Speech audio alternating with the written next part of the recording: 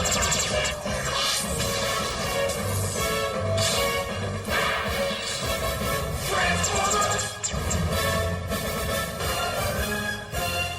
now, through the magic of the Cybernet Space Cube, the computer-enhanced podcast of the future, Transformers Slag Podcast.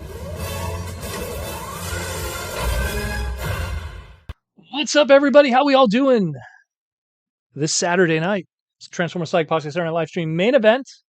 I'm your host, Protoman.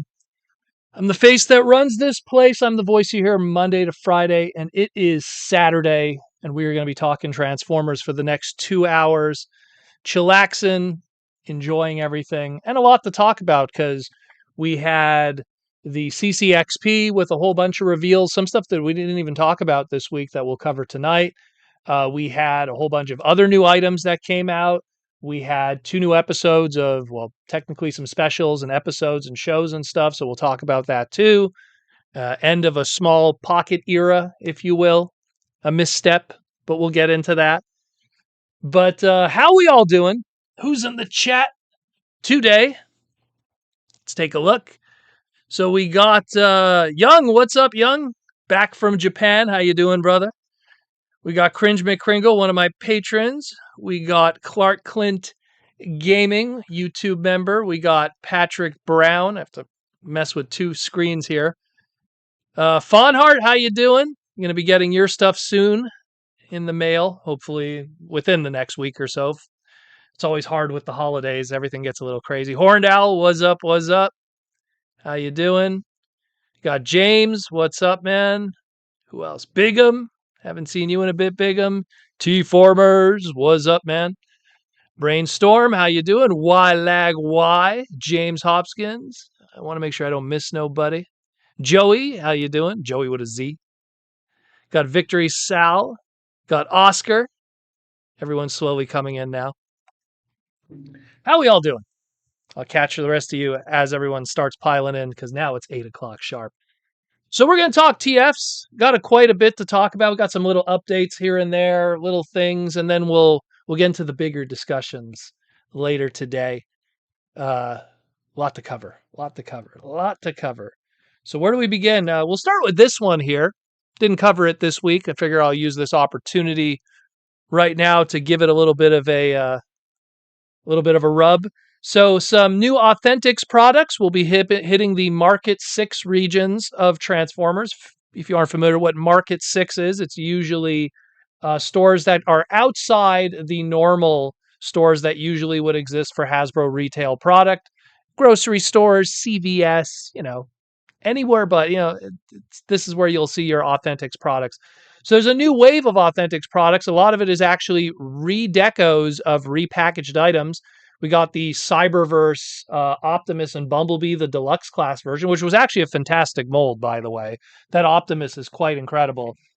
So at the Authentics, I don't know how they're going to price that, but pretty good figure to pick up if you get an opportunity. The Bumblebee also is pretty good. Then you got those Smash Changers. You got the Optimus and you got the Optimus Primal, both from Rise of the Beasts. So those are also been repackaged with a slight redeco change. Those are going to be at Five Below, but will they be Five Below is the question, Fawnheart.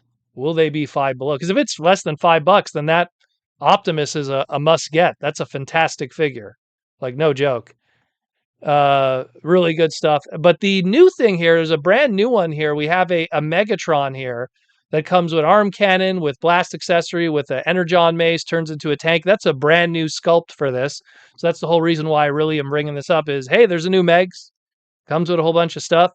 And if it's at Five Below and it's cheap, hey, man, what more can you ask for? That's what I always say. Cheap Transformers is best Transformers.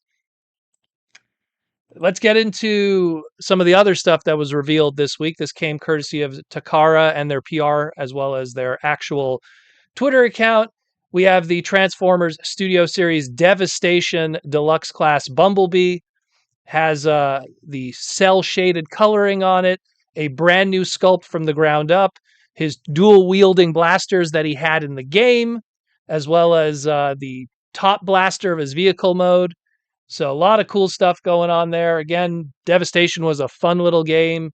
It's a shame that it didn't really find its audience because they were really leaning on it being a download game and at a time when download games really weren't a thing. And yeah, there was a physical version, but I feel like the marketing for this was just so low key.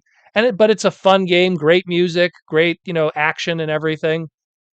Wild story. I don't want to spoil it for people who haven't played it, but great game. And hey, if they're doing more product of it, somehow it's an excuse to do another Optimus and another Bumblebee under the A level, pretty much assortments.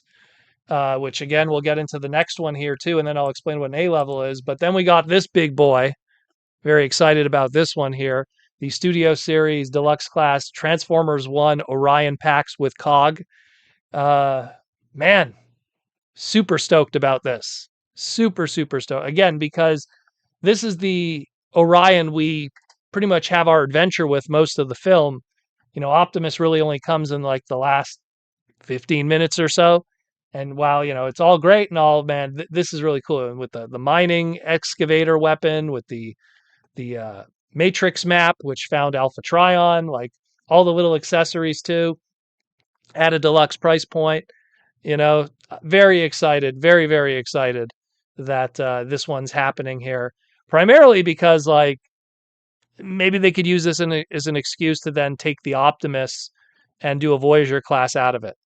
Like I feel that this is going to stand next to our Optimus that we got, and it's going to be the same height. And we already know that the cogless are like, I guess, core are like core class, and then these could be deluxe class, the cogged ones, and then the super hyped up Optimus and Megatron could be Voyagers because they're the big boys.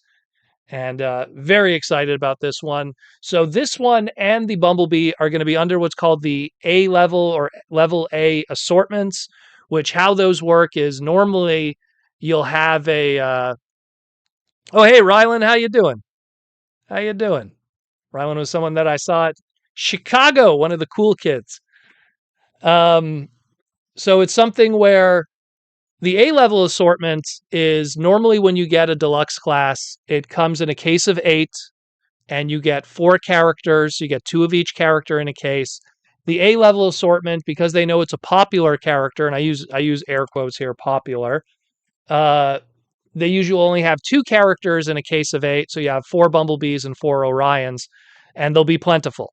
They'll be quite plentiful. And they did that originally with the Transformers 1 Optimus Prime and the Studio Series 86 Bumblebee, and that's why those were so plentiful at Walmart and Target, and why they even ended up as Black Friday items just this past couple of weeks.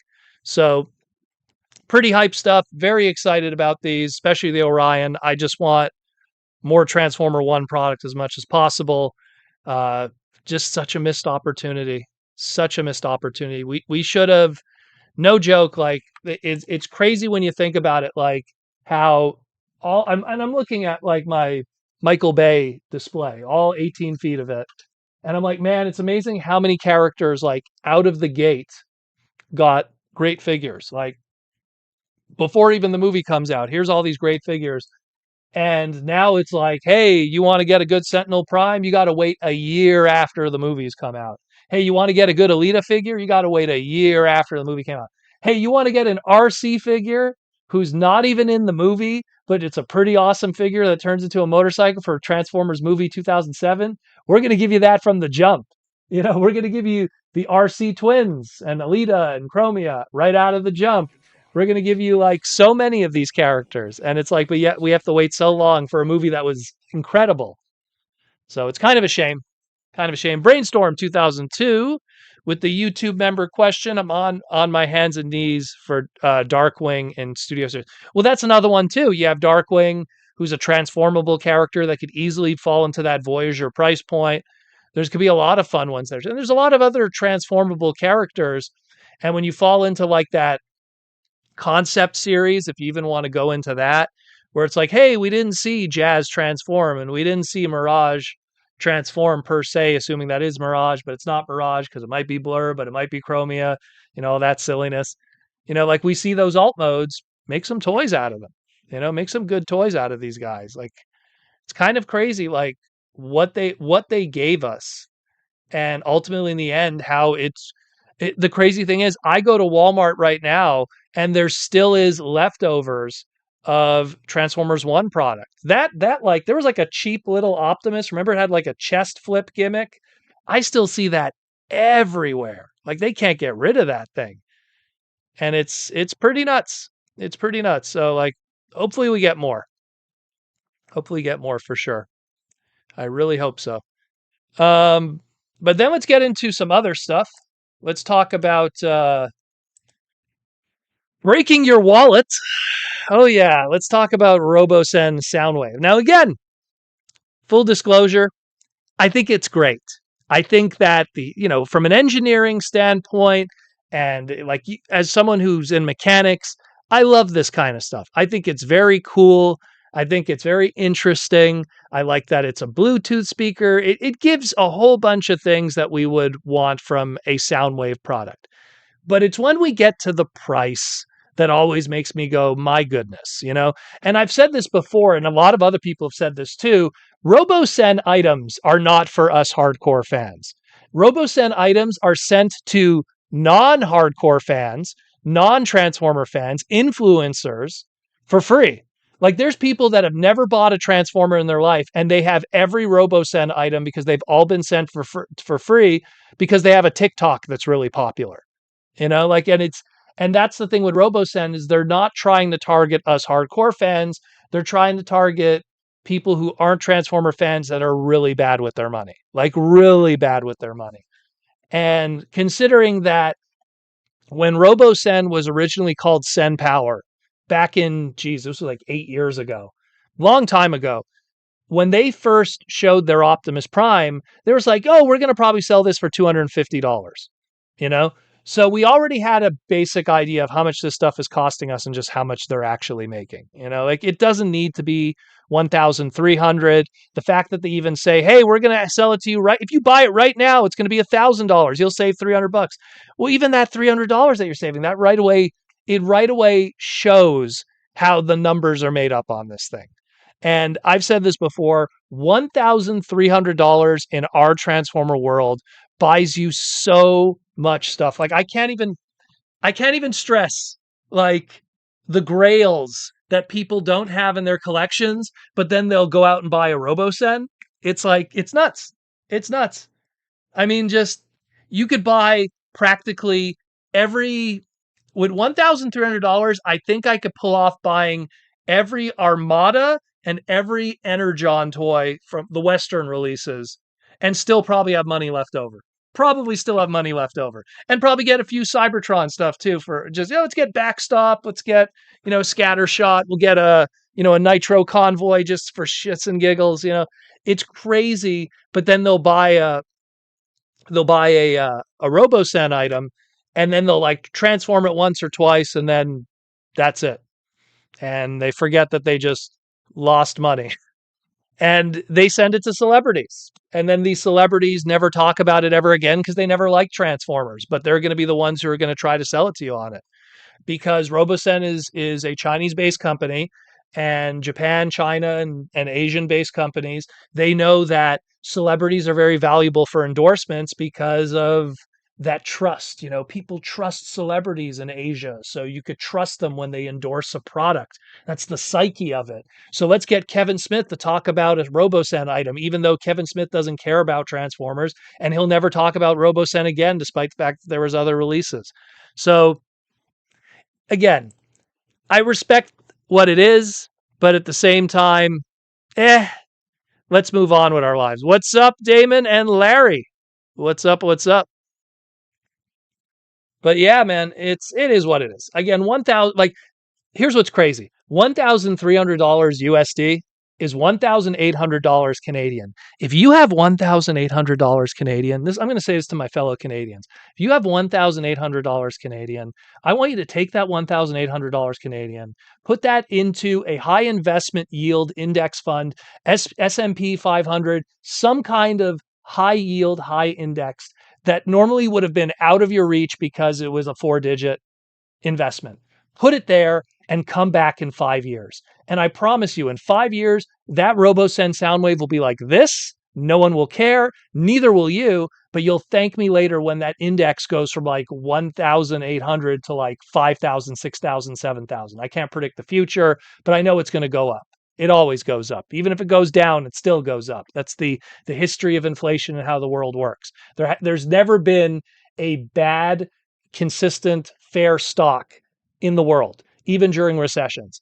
And the fact that someone would take $1,300 or $1,800 Canadian and blow it away like that irresponsibly is wild to me. So be smart with that. There's better things you could spend money on. And don't tell me you can't be a homeowner when you're buying a RoboSen, or don't tell me you can't buy a car when you're buying a RoboSen.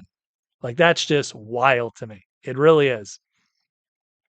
Absolutely wild. Uh, yeah, Damon, no one's loving that price. But that's why, like, it's because to me, I mean, I'm a frugal individual in this hobby. I really am. And it's not because I don't have money.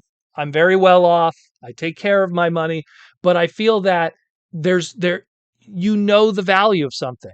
You wouldn't spend $100 on an apple, and I don't mean a phone, I mean a physical fruit. You wouldn't spend $100 on an apple because you know the value of that.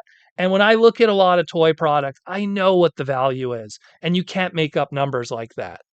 You know, you can't. Doesn't matter how rich you are. You would never pay $100 on an orange or an apple. You wouldn't. You could be a millionaire. You still wouldn't do that. You'd be like, that's crazy. You know? So it is what it is. It is what it is. And yep, they are closing a whole bunch of Toys R Us's all over Canada. There's going to be only one Toys R Us left in all of the province of Quebec. And it's going to be like, geez, 45 minutes away from my house.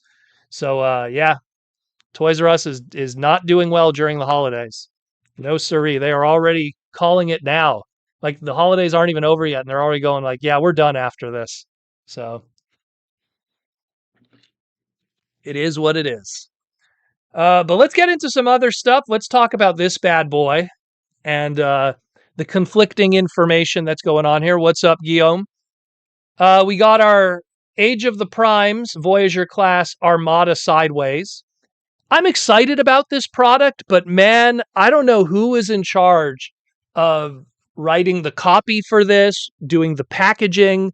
Like, if this thing does indeed have the head swapping gimmick, and people have pointed out to me on Twitter, they're like, "Oh, hey, there's a 5 millimeter peg behind his head. You could probably do it." Great. If that is the case, that's fantastic. He's able to do the head swap gimmick. That's great. But man, how do you not put that on the packaging, in the actual product description? Let's say, okay, the guy who took the photos and did the packaging design, they're an idiot. They didn't know that to, incorporate that and show that. That's fine. That's fine. They didn't know. They don't know the history of it. That's fine. But the fact that then after getting the packaging and doing the Amazon listings and the Walmart listings, to not even include that, oh, hey, transforms in 18 steps and all that stuff, but they still don't even mention the, I guess we'll call it the headmaster gimmick, the power linking gimmick, the faction swapping gimmick, whatever you want to call it, with Crosswise and Rook and later on Mirror. Like, the fact that they don't mention that is so bizarre. And it's not like, oh, we want to have it be like an Easter egg with the fans so they'll be surprised. No, the fans that know, and the people that don't know are going to be confused. If anything, they're going to not even know. Like, I'm curious how many people, like, and I know we won't be able to get that information, but I'm curious how many people are going to buy this and just look at the packaging and go, okay, it transforms to makes a motorcycle driver. Hey, what's with their stomachs? And we'll never know that this thing has an alternate head gimmick. We'll never know that. So it's very bizarre choice. Very, very bizarre choice. But otherwise, I mean, I'm excited. Look, it looks very screen accurate. It looks really nice. This is an Aaron Archer and Kuniharu-san design from back in the day, 20 years ago. To get that updated to the modern era is fantastic. But I mean, let's get back to the money part. 2002, 2003, yeah, over 20 years ago, a deluxe Transformer Sideways did everything you see here and more, because it was spring loaded, so you had a little bit of metal springs in there and other hard ABS plastics as opposed to MABS, and there were strong POMs in certain areas. And you were just in one of these situations where it was like, that was $10 back in 2003, excuse me. Came with a trading card sticker, came with a comic book, came with the like everything too. Yeah, okay, it didn't have the same articulation, but that's little cuts and breaks here and there for the toyetic purposes that it had to do back then. And then you fast forward 20 years later, and it's 3 times the price. It's a Voyager class, cut almost getting up there to $40 plus, your state taxes. My goodness. Like sometimes I feel like we've lost the script when it comes a little bit to what we're paying for our products. That what would have been a deluxe back then is now a Voyager today. It's pretty wild. It's pretty wild. And I mean, I'm excited about this, but considering that Voyagers in Canada are almost $50, yeah, I'm going to wait for sales, or I'm going to wait for someone who's going to buy this and then get bored with it and put it on the message boards and liquidate it at 20. There's going to be other opportunities for me, but there's certain free, like full price products that I'm excited about, but I just don't want to pay it. I just don't. It's the same thing with that hot rod colored Excellion. Like, hey, I love hot rod and I love Excellion, but do I want to pay full MSRP for something that I more or less already have when it was perfect, when it was a $10 item through Cybertron? So I appreciate it. It looks great. It's awesome. It's always the prices that make me go, what's going on, man? Like we gotta, and we'll get into prices in a moment because, you know, Black Friday and all the sales going into the holidays are really reminding us of what these things could possibly be costing at the end of the day, as opposed to what we're being told to pay.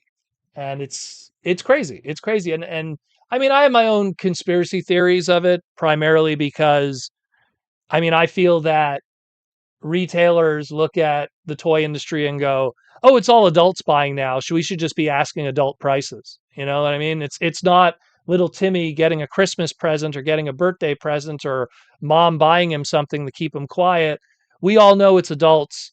Every like this character here is not from any cartoon that's on TV right now. This character is from something that's 20 years ago. So if the person who watched this character when they were on Toonami 20 years ago, when they were 5, they're now 25 now. They have a job, and we're going to get their money because they're irresponsible with their money. And I'm not going to partake in that. I'm not going to partake in that. And that's why we end up with all of that, you know, Black Friday stuff going on. Again, I appreciate the engineering. I appreciate the design. I think it looks great. I think it's a fantastic product. It's the price, and the prices, you know what I mean? Like it gets to a point where it's like, do you want to own 3 Voyagers or do you want to pay for your groceries for the month?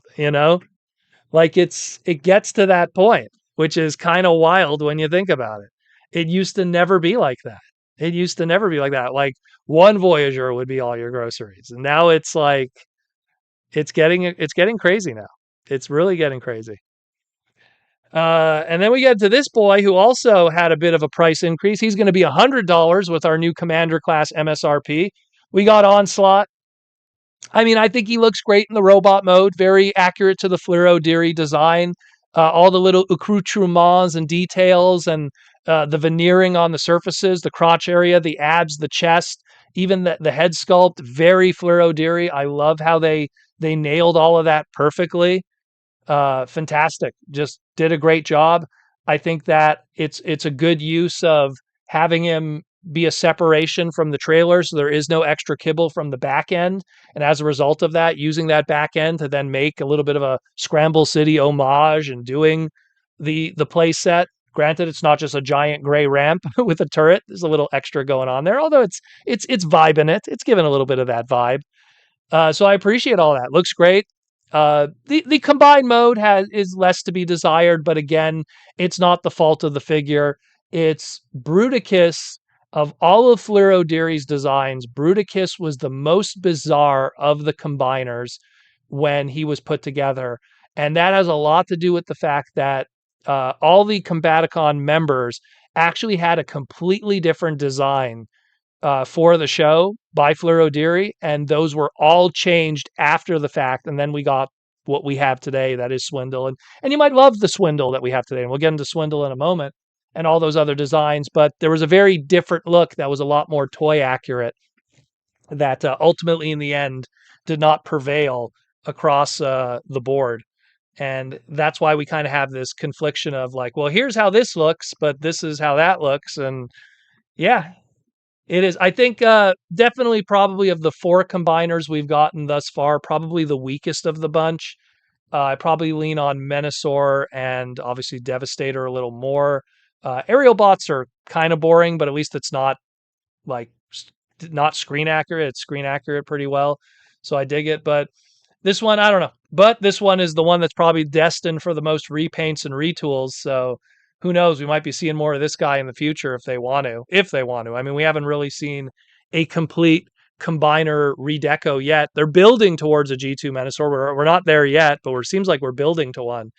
But we're definitely not from the John Warden Combiner Wars era where every combiner had at least like 7 redecos. You know, like it was pretty crazy how every mold definitely got its mileage, so to speak. But then again, the centerpieces weren't commander classes at $100. They were Voyager classes at the time of a $29.99. So imagine your centerpiece was $30 back then. Now it's $100. 3.5 times the value. Man, prices, guys. We're losing it here. We're getting swindled. And speaking of swindled, so here's another Fleer O'Deary design that the robot mode knocked it out of the park. Love what they did here. Again, surface details, the crotch area, the whole torso being purple. That is the coloring of Fleer O'Deary. You know, the head sculpt, the purple eyes, the windshield without the center break of the windshield. You know, the two weapons are screen accurate. So much going on there. What's up, Aaron? How you doing? You know, like I love everything that's going on here. The fact that it has a little trailer. That trailer is a throwback to season 2 episode where he was pulling a little trailer with a whole bunch. I believe it was City of Steel was the episode where he had that. So now that they have that trailer, they're like, hey, let's make it like a little gun weapon. And that, you know, shoulder gun weapon, it's also a little bit of a throwback to other Scramble City stuff that had back pieces and back guns and everything. So, I mean, I love what they did with Swindle here. I love it. I think his alt mode has a lot to be desired, but if you want the whole history of Swindle's alt mode and all the weird stuff going on with that and the old Ian canon and how this thing is literally a fusion of 2 different ideas and it doesn't really do the best of either of them, like go check out that individual segment I did. I talk about whole the history of it. I put photos and stuff. You'll learn about how Swindle looked like a completely different guy at one point. And it all got changed at the 11th hour in Sunbow and Marvel back in the day when they were doing the season 2 cartoon. So go check that out. But I think he looks great in robot mode. It's like, hey, super screen accurate robot mode, screen accurate weapons. I love what I see there. Alt mode has a lot to be desired. And the sad truth is, as much as that robot mode is great, we're probably just going to make it a foot like we see right there. And that'll be that. I don't know. I have this feeling that now that we've gone this route with the combiners, I think the next plausible place, and I mean, this isn't happening tomorrow. This could be happening in like 5 years from now, but I think the next place is going to be masterpieces of some of these guys. And I think that's the next time we're going to see a crack at a proper screen accurate Swindle. And maybe that's when I'm going to engage. You know, unless, if I see this guy cheap for $5 clearance somewhere, I'll pick him up. Don't get me wrong, but I don't think I'm going to be completing any Devastator, Bruticus pieces. I don't think it's in the cards for me. I think I'm going to wait this guy out. Unless I get them like on the really cheap or something. I think I'm going to wait this guy. Was it bought? So it was bought then. But yeah, bought was actually quite a terrible episode. That was the last episode of season 2. And then, of course, this was a cool one. So speaking of stuff that is actually priced correctly, because there is a bit of a transparency there, and you can't argue, oh, well, licensing makes stuff expensive, because Blockies is paying licensing too. But man, Blockies, their next Defenders wave, they showed this at the CCXP, and it looks like we're getting Beast Wars. So that is super hype. That is probably going to be a Blockies wave that if it's all Beast Wars, that is going to be a wave that I'm going to want everybody in that wave. Got a little purple Beast Wars Megatron there blowing his fire. That's absolutely fantastic. Very excited about that. They have a whole bunch of other stuff that was on display, like their Bruticus, the Tarn, and everything. But very cool that we're going to be seeing Beast Wars and Blockies. Long overdue, in my opinion, but we all know what's the best Transformer series of all time, and it's totally Earthspark. No, I'm just joking. But yeah, Blockies, man, good stuff. Good stuff. Good stuff. I'm very excited to see what comes of this one. And again, hey man, Defenders. You get these little figurines here, and they're between $3 and $5. Like can't go wrong with that. Really can't go wrong with those. Now let's talk about this thing. Yeah. So yesterday, Paramount Plus dropped the end of Earthspark. They initially messed it up. If you had Earthspark in your lists, meaning like your frequently watched shows and you logged into Paramount Plus, they actually messed it up. They reversed the episodes. They made them episodes backwards. So the first special was the second one. The second was the first. So if you started it, it was right away a mistake. And then for some reason, the first episode was missing like 75% of its footage. I don't know what happened there. Now, if you still have this problem, there is a way to fix it. If you go instead into the search algorithm of Paramount Plus and you search for Transformers Earthspark, you will find those episodes in their full forms. Just look for the two specials, but make sure they're over an hour long. That's how you'll know, or 44 minutes in the case of the first one. So there's that first. Now then, let's talk about this though. So, you guys have to understand something. Earthspark was doomed from the get-go. This show, once its first season was done, and I mean done as in not production done, I mean it was aired and done. That's when Hasbro, West Coast, Burbank, realized, this isn't good. They got rid of everybody. There was a lot of drama, a lot of stupidity, a lot of dumbness. I'm not going to say who, but I have a certain someone that's on the inside that worked on this show. I can't say who and what he was doing. Well, I just said he, but that probably won't give away much. But point is, it was a disaster, and they just wanted to kill this thing. And they made promises to Paramount, which they have a very good relationship with, of like, oh, this is going to be like a multi-season show. It's going to be great. And that was not the case. So when they were working on season 2, and keep in mind, they were working on season 2 when they had no idea that season 1 was going to be a disaster. They already greenlit season 2 with any idea that this is going to be successful. They right away then were like, okay, we got to cut the line. And they just hastily put together a story. They ended it quickly. Obviously, production went down, different animation studio. It was a mess. It was a mess. And to keep Paramount's promise, the entire season 2, because season 1 was 26 episodes, season 2 was going to be 26 episodes. Instead, they're like, well, we'll still give you those 4 seasons. Just season 2 will then be the first 10 episodes. And then season 3 will be 8 episodes. And then season 4, these 2 specials will be the other 4 episodes, just smashed together as specials and stuff and edited and everything. So it was a mess. Horndow, the correct order is how it's seen on the screen. So you have Hometown Heroes. That's they're listing it. So this is how messed up it is on Paramount Plus. It's listed as season 4, episode 5 and 6, even though they don't list a 1, 2, 3, 4. So episode 5, which is supposed to be The Last Hope, that is actually the last episode, but they list it as the next one, episode 5. And episode 6, Hometown Heroes, is actually the first episode you're supposed to. It's a mess. It's so backwards. Watch Hometown Heroes first, then The Last Hope, and then you'll never have to think about this ever again. So I was reminded, again, I'm not going to get too deep into spoilers with this, but just watching this reminded me how haphazard this show was when it came from writing.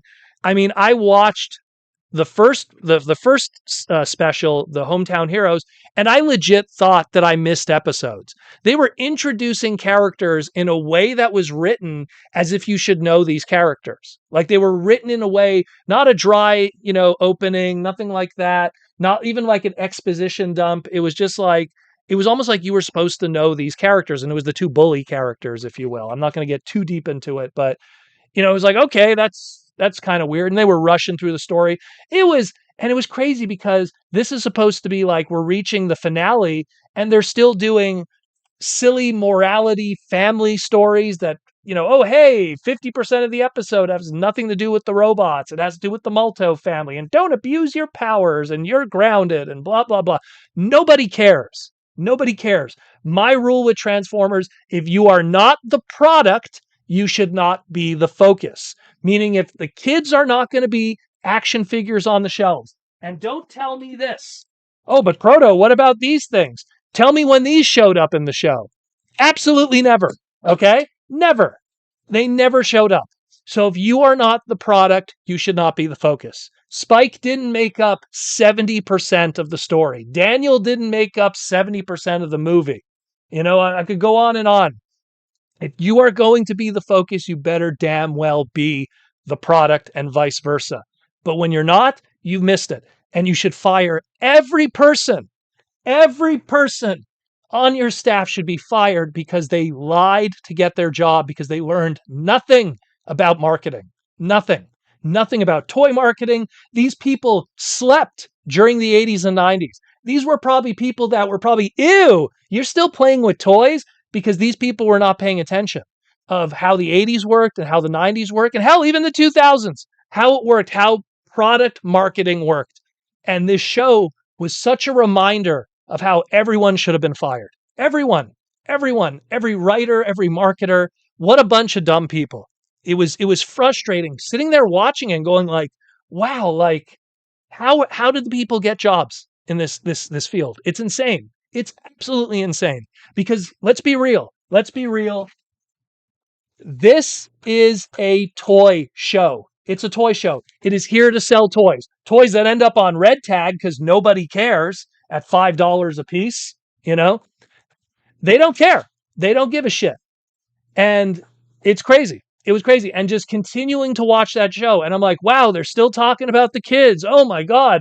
Oh, Robbie, let's talk about you getting bullied at school. Wait a minute, isn't this supposed to be the series finale? Why are we watching an after school special? Yeah, if this story was at the beginning, season 1, smack dab, episode 4 of episode 26, okay, fine, you're going to put a few of those episodes in there. But what are you doing? And then character development was all over the place because all of a sudden, oh, now Twitch, after all these episodes, all of a sudden she has like some kind of like Napoleon complex, and now she wants people to pay attention to her. Like, I don't get it. Like, where did this all come from? Like, this was all in like the last half hour. They're just dropping all of this on us. And then like, okay, hey, here's all these other characters and stuff, and that's great. But it's like, I don't know. Like, we're introduced to Liege Maximo. We're quickly given a little bit of like 2 lines of his background, and then that's it. He's pulling artifacts of the original 13 out of his chest. At no point is he naming any of them. He pulled out the Requiem Blaster. At no point does he name them. Hey, writers, you're fired because now you didn't even name trademark weapons to build the lore, to build the world, to build the continuity so people understand. No, it's just magical gun out of his chest that we're supposed to be scared of, or a sword, or anything like that. He pulled out the Triptych Mask. Doesn't even mention the name of it. So we're just supposed to know it. We're just supposed to know it. Yes, hardcore psychopaths know it, but the mainstream audience, who are going to make up 80% of your toy buying market, if you're really logical, would target that. It's so dumb. It's so dumb. You're all fired. You're all stupid.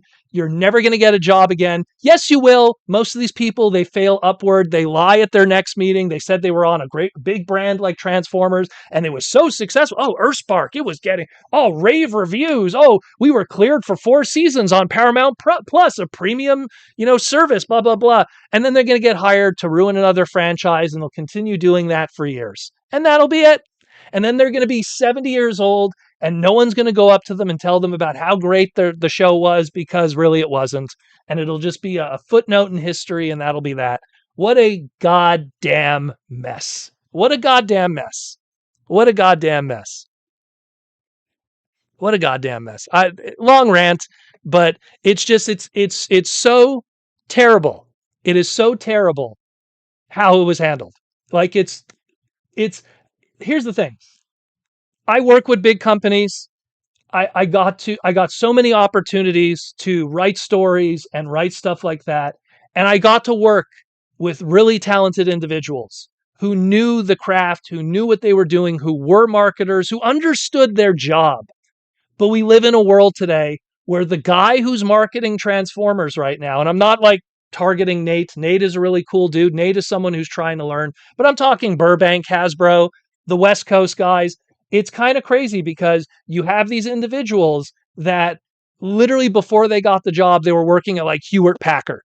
Like they were marketing printers. And then before that, they were working at like Kinko's or something. Like none of these people have any experience in these fields. And yeah, maybe like one of those people, they worked at Hewlett Packard, but they were really secretly a hardcore Transformer fan. Yeah, those people exist. If you looked at my resume, you'd be like, oh, this guy was a BMW mechanic. Oh, he's a jock. What would he know about Transformers? But it's like, I get it. There could be some sleeper, creative individuals here, but that's clearly not the case here. This is just a bunch of people that were just hired to do something and then move on to something else. They're hoping to get that great AI, Google job one day and then just be able to do that before they're gone, But it is what it is. It's so crazy because to me, when you have an opportunity to have a 22-minute full run Transformer series on a streaming service, and you have the budget to do that kind of CG and everything, and you hire just the most thoughtless human beings to be behind the projects. Yes, there's probably some great people, the voice actors and the animators, but when you get to the bones of it, the people that really like steer the ship, the writers, the producers and stuff, and they don't care. They don't care. They don't understand. Bob Budiansky, like Bob, it was like, oh, look at Bob. He's all burned out. He's so like jaded about Transformers and everything. You could say what you want about Bob, but Bob cared. Bob like would be like, oh, we got to write new product into the show. We got to put the aerial bots in. We got to put this. He understood we're trying to sell toys. If Bob didn't include, imagine like the 86 movie. You have all this product, Metroplex, all this stuff, the Rodimuses, the hot rods, the blurs and everything. But they didn't pay attention to any of that. They still included Brawn. They still made Brawn the main character, even though it was a 1984 idea. And the rollover of product, especially in the 80s, would have been very quick. No eBay, no nothing. Would have been a disaster. You got to feature the new product. And this is anything. Could be Power Rangers with a new monster of the day. It could be Ninja Turtles with a new mutant villain that shows up in a singular episode. It goes into Pokemon with a new PVC of a new Pokemon that appears every episode. Who's that Pokemon? Everyone else for 40 years has written this playbook. And you have people that come into these multi-million-dollar production companies and fake and lie their experience and fail. And Earthspark is a mess. It is going to age poorly. It was a stupid idea. Everything ended up on red tag clearance because nobody cared. Nobody cared.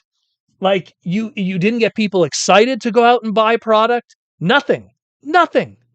Every Earthspark item I own was bought on clearance for $5 Canadian. Might as well be a couple pennies. $5 Canadian or less. Or I have a friend who is a picker and he finds stuff and then it's like, hey man, do you want this? Do you want that? Do you want this floppy thing that breaks anyways? That's all it is. It's wild. We got a super chat from Brainstorm for $5. Thank you, Brainstorm, for the super chat. I was so pissed on the way they completely dropped certain characters. Cosmos. Oh, sorry. It got popped up there.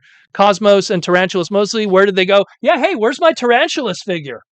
Why did we wait to get a Cosmos figure so late in the game? Most people will probably never see that Cosmos figure in retail. That sound wave, it's like Bigfoot at this point. If you see any Earthspark stuff in retail got so burned on Earthspark. Do you think that a toy manager at Walmart is going to want to buy more cases of it, even with new packaging and trying to change the segmentation? Oh, it's a different one. Look, back in the day, you had Armada, then you had Unicron battles. You had Energon, then you had what was it called? Primus Unleashed. What was the other the red packaging one? Aaron, do you remember? No, Primus Unleashed was with Cybertron, the second one. What was the one for red packaging? Energon. Was it Power Links battles? Anyways, but the point is there was a new segmentation, the trick retail into buying more product. Oh, this is new. Let's buy more waves of this. It didn't work out. Nothing worked out. It was a goddamn disaster. And it's a shame because this is actually enjoyable. This is enjoyable and this is affordable and this is the 4-minute show. Allie Lightfoot, producer and writer of this, you have my respect, my friend, because you were able to kick the football way further and you weren't even wearing a pair of boots. These people had all the training, all the resources, the NFL behind them, the right cleats, and they couldn't kick shit. Couldn't kick shit. And you kicked the football barefoot past the goal line, my friend. Craziness. Power Links battles. Thank you, T-Formers. Absolutely nuts. But thank you for the super chat. Then we got another one. Mark Morales, $5 super chat. Proto Rant was not on my bingo card tonight. Shows fail for not trying to please the wrong crowds. Story mostly reboots and remakes today. Well, again, reboots and remakes, I could forgive that when you're trying to build a new audience. Like Beast Wars was a soft reboot. It's still part of the G1 continuity, but I call it a soft reboot. Because most people who went into Beast Wars, I'm not that example, but most people who did get into Beast Wars had not seen G1. When Beast Wars hit television in late 95, early 96, it was literally almost 10 years since there was anything of Transformers on television that was Generation 1. You could argue Generation 2 was still kicking around on Plattsburgh 22, Burlington, Vermont, which was my affiliate back then in Canada. You know, there might be some episodes of that still kicking around in 94, but by 95, that was all off the air. Kids have moved on. It's 1995. They're watching X-Men. They're watching Batman, the animated series, the Star Wars Power of the Force toys that just come out from Kenner. They are doing anything but looking at Transformers. And Power Rangers is still kicking in the background too. And you have Ninja Turtles that was still on life support a little bit at that point. It is what it is. It is what it is. But it's just, to me, you know, reboots could work when you understand what you're trying to do with it. Because the most important thing, it's not so much that you're targeting at the wrong crowd. You wanted to target it at the crowd that is going to make you money. That's the most important thing. You could argue, oh, something might betray the hardcore fans, but I almost forgive it if it makes them a lot of money in the long run. If you betray the fan, let me use Beast Wars as an example. When Beast Wars came out, there was I was there back in the day, Benson Yee's Transformer message boards, ATT, the Alt Toys Transformer boards. I remember seeing so many hardcore older fans going, oh, Beast Wars is terrible, truck not monkey. Why is Optimus a gorilla? It's stupid. They should be cars. This isn't the true original Transformers. Yes, technically Beast Wars betrayed the old fans. None of the trademarks were the original names, but it targeted a different audience that made them even more money than Generation 2 did. So was Beast Wars a failure? Did Beast Wars truly betray the fans? Or did it grow something even bigger that, if anything, is celebrated just as much as Generation 1? So it to me, there's ways you could tackle it. Miyamoto. And now I have all this Earthspark pieces everywhere. Figures flew everywhere. Miyamoto, when he made the Wii, was like, let's target a different demo, and the Wii made more money than the PS3 or the Xbox. You know, like, you have to target the demo that's going to make you money. That's the most important thing. Don't write a comic book for people that don't buy comic books. Talking to a certain someone that I sat to next to for many years at conventions. Don't write a comic book for people that don't buy comic books. Because guess what? Your comic book's going to get canceled because no one bought it. I love it when people were going up to him. And they didn't even have a comic book to sign. I've never been I've never sat next to a person that develops and writes comic books, and every person that went up to him to get an autograph didn't even have the comic books to sign because they don't buy it. They didn't buy it. They didn't buy it. They downloaded it for free off of Tumblr. You know, way to support the creator. Good stuff. And then you were writing for them. Great stuff. Great stuff. It is what it is. Thank you, Mark, for the super chat. Sorry if it's a little bit of a rant today. I hate dumbassery. I really do. I really do. I hate it when people get opportunities. You have to understand getting an opportunity to do this kind of stuff should not be taken lightly. It really shouldn't. When look, when I was given this opportunity, and I still have this opportunity, I have the steering wheel to this. When I was given this opportunity, I didn't take it lightly. You know, I literally didn't take it lightly. I took it seriously. I took it very seriously. And it's celebrated. I don't want to toot my own horn, but the Mega Man fans love what I'm doing. And it's going to continue for the next 2 years minimum. Minimum. Minimum. That's what my contract is right now. But I didn't take it lightly. When people get an opportunity to steer these brands that have been around for 40 years, that have made trillions of dollars, and they don't even take it seriously, you don't deserve it. You don't. You don't deserve it. Go back to working at Starbucks and having 15 roommates. That's where you should be. That's exactly where you belong. That's exactly where you belong. And then they wonder why these creators today, the modern creators, most of them don't even make money. Most of them, like they're because if anything, these corporate situations, they hire these dumb people that get paid nothing because they're literally just morons. They don't even understand money, but that's a whole other conversation I'm not going to get into right now, but they don't understand finance, and they just fake it the whole time. They don't know the brand. They read one quick wiki page or they let Google AI tell them to summarize a character, and then that's it. And then they do the job, and then a lot of these people fall off, and then you never hear from them ever again. It happens in the comic industry, it happens in the animation industry, happens in the video game industry. Jaws D could speak for that one, especially because Jaws D works in the video game industry. And it's wild. It's wild how poorly handled it was. And Earthspark is dead, and we will never speak of it again unless we are being reminded of what not to do. That's essentially it. That is the next time we will ever talk about it, is if it's being a reminder of how not to handle a toy line, how not to handle a cartoon, how not to handle marketing, like across the board. Across the board. You know? You like I remember back in the day how people would watch Armada and they'd be like, "Oh, it's not for me. It's not a good show. Da, da, da. The toys are terrible." Armada sold insanely well. It had so many different licensing, trading cards, video games, like, I mean, gum machines, like stopwatches, wrapping paper, gummy products, and everything. Like so much stuff. It was successful. And it actually did do well, and it got to children, and it continued moving forward. It's just not me, blowing Aaron's proverbial phallic item here. I'm being serious. Like we'll even go more back with Beast Wars and stuff, like or even past Aaron.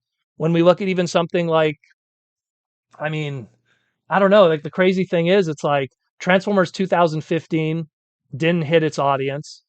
Cyberverse, I loved Cyberverse, but I don't know what was going on with Hasbro. It was the same thing where it was like with Transformers 1, like they just were not interested in focusing on that show and giving good product. Like it was weird, man. It was weird. Animated was fantastic. Animated was Animated was hiring people who were fans of the brand. No one could ever look at me straight in the eye and say Derek Wyatt wasn't a fan of Transformers. Derek Wyatt was just as much a fan of Transformers as any one of us in this chat today. Any one of us.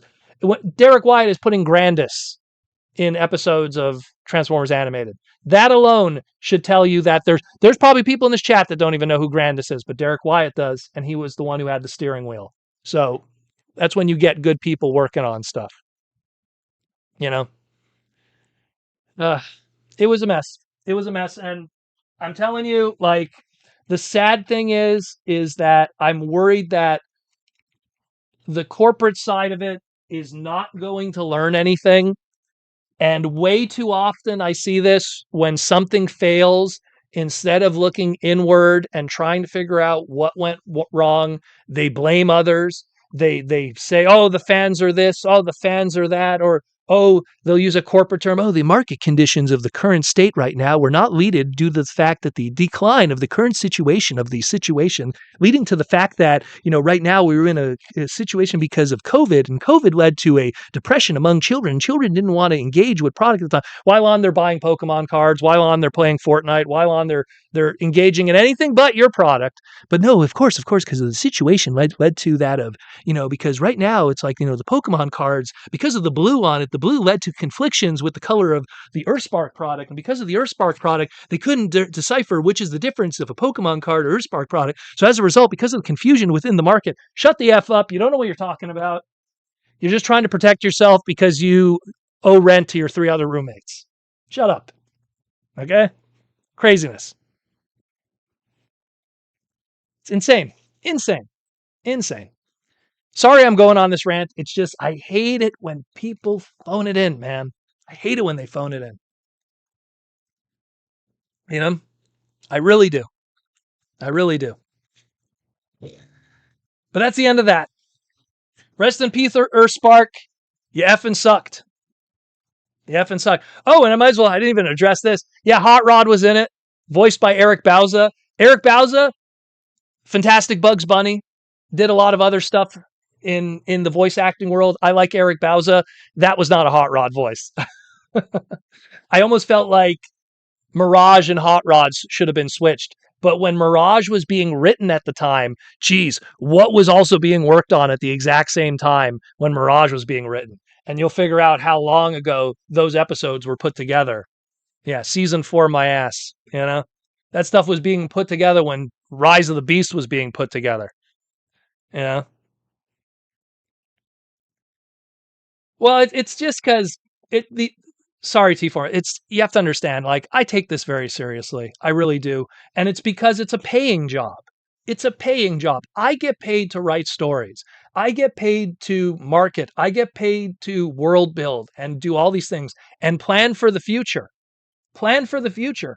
And you see people that have the same jobs that are labeled professionals that get paid to do it and they just phone it in.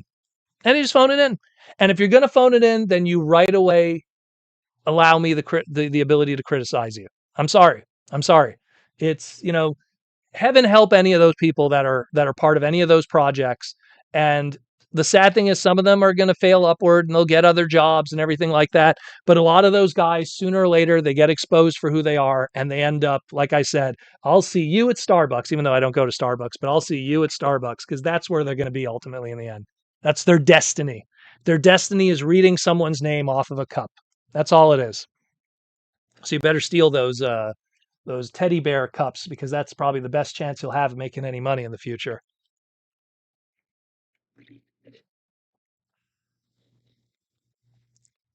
Yeah, they didn't. You know what? They didn't care.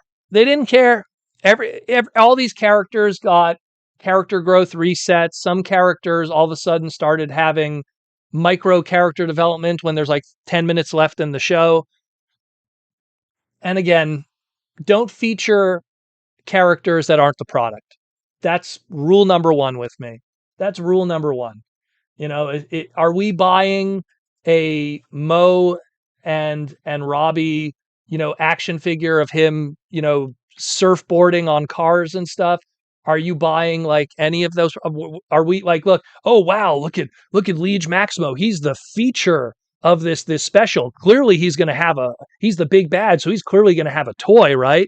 Nope. No, none. Waste of time. You should have taken one of the other toys you already put out, make that the villain, and then just move forward from there.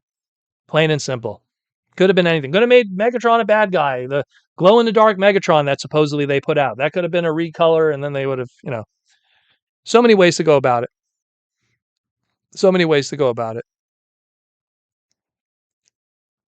But yeah. Anyways. Where we at? Where we at? So let's get into sponsorship, and then we'll talk about little things here and there. Not much really. I did want to talk about actually because when we were talking about Sideways, I was going to mention how this is how mini cons are kind of handled now. They don't have a port; they're now just kind of a 5 millimeter peg like that. So I'm kind of curious, you know, how some of the other mini cons can be handled because this is the this bad boy right here, the Power Links Hot Shot with the bad POM plastic that can't hold anymore.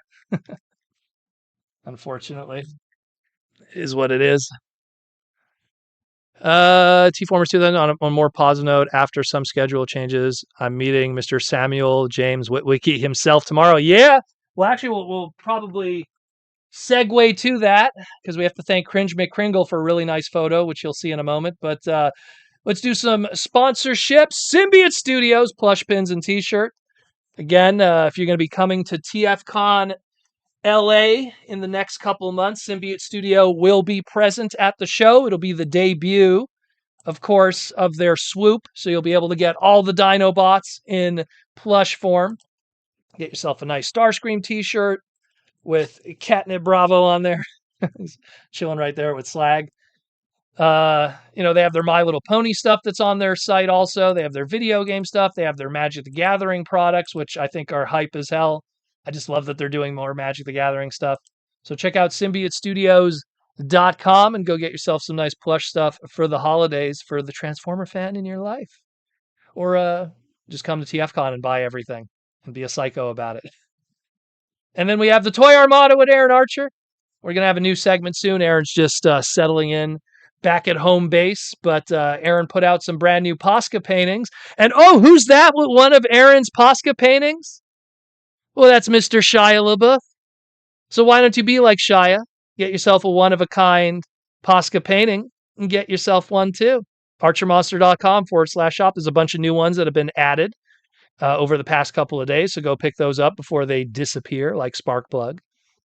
That Sparkplug's pretty cool. But there's Shia. This comes courtesy of Cringe McCringle, who met with Shia just recently. Just do it! Just do it. Pick one up. Just do it. Probably should have edited that. Should have just had him do that. Just do it. But yeah, good stuff. Go pick it up. archermonster.com/shop. Pick yourself up a beautiful Posca painting. Good stuff. And of course, my latest comic is coming out soon. Right now from Udon, we have Mega Man ZX that's going to be coming out. I believe it's next week, Wednesday. I think that's the schedule. And then we're going to have the Legends book at the end of the month. And then we're going to be rocking in January. Mega Man X ongoing series, at least for the first 6 issues. And then that's going to be me with Chamba for the issue 0. And then it's going to be me and Hanzo of the Street Fighter fame that's going to be doing all the issues with me moving forward. Really exciting stuff of the Mega Man X story, building out that world, that lore, and everything like that. Very exciting, incredible art, incredible storytelling that we're doing here. So I hope you guys check that out too. And that's it, more or less. Don't let your dreams be dreams. Oh man, I heard he was really cool though. I'm very happy to hear. Cringe McCringle was telling me that he was pretty awesome, and that's great to hear because I was worried about Shia. I was worried that he was going to be like certain celebrities they get burned out from the industry and stuff, and they kind of become recluses. And I was getting that vibe from him over the past couple of years, but now it sounds like he's down. He's doing cons. He's meeting people. Hey, maybe one day we'll get him at TFCon. That would be all. That would be like obviously that would be like a ticketed guest. That'd be like the Frank Welkers and the Peter Cullens, where they'll be in a special room and it'll be a meet and greet and stuff. But I think that would be super cool to get him. That'd be super cool. Imagine if we would get him in 2027, like 20th anniversary. Boom, get him. That'd be like really cool. That'd be really awesome. T-Formers 2002. He was supposed to be there yesterday when I was in Pennsylvania, so I'm driving back tomorrow to see him. Well, that's awesome. It's awesome.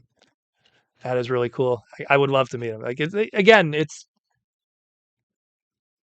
people need to understand like that kind of stuff. Look at Shia. You know, Shia was a focus of the 2007 movie, but I could count one, two, three, four, five, six, seven, eight that I could see right now. I'm probably missing something, but eight different products that featured Shia LaBeouf as a character, as a product. Nine if you count that at the same time the Indiana Jones movie where he was Mutt, because I used that 3 inch there. I won't count that one, but there's a 3 3/4 Mutt action figure that could be your stand-in articulated Shia LaBeouf figure. But eight in total that I could see within the first 2 years of the 2007 movie. So it's something where if they're going to be a feature, make them part of the product. It would be silly not to do otherwise. And I mean, last I checked, love or hate those movies, those Michael Bay movies made money. You know, but you got to feature the product. You got to feature the effing product. You got to. Can't do that. You can't make a Marky Mark thing where he's holding a sword and all this stuff in a movie, and then there's no products that feature a Marky Mark holding a sword. Like we don't have a Cade Yeager swinging around Excalibur action figure. It's never been done, probably never will be done. You know, so and it's no surprise that those weren't as received as well. You know, I was counting Robot Heroes. Yeah, I was count. So essentially, I have the battle screen versions. You have two of those there, and then you have the three different human alliances, and then you have that one PVC figure from God. What was the origin of that one? That might have been also a battle screen thing. So I have eight in total right there. And then Robot Heroes is part of that. The Robot Heroes running with the Allspark and the Revenge of the Fallen 2 packs. Like a lot of good stuff. And I know I'm forgetting things. I know there's probably stuff I'm forgetting here, but you know, feature. And there was trading cards, like pull down the old Dark of the Moon trading card set. I'm going to see a piece of paper there because I'm still missing a few. I don't have the full set of it. But all the chase cards and stuff and everything. Everybody. Yeah. All the Dark of the Moon trading cards, which actually featured a lot of the other movie stuff too. But it's like, you have to feature. You have to feature these guys. You can't. I don't understand. You can't complain about you know oh my god, like if you don't feature it in the products, you know don't make sense to me. Don't make sense to me. Ugh. But yeah,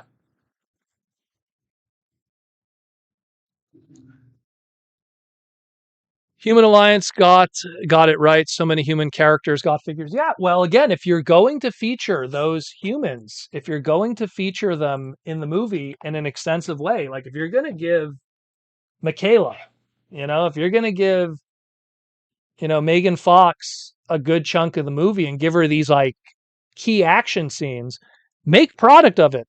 Oh, Michaela's going to be driving the tow truck that transforms, but doesn't. The tow truck, and she's going to have Bumblebee on the back, and that's going to be a key action scene in the movie.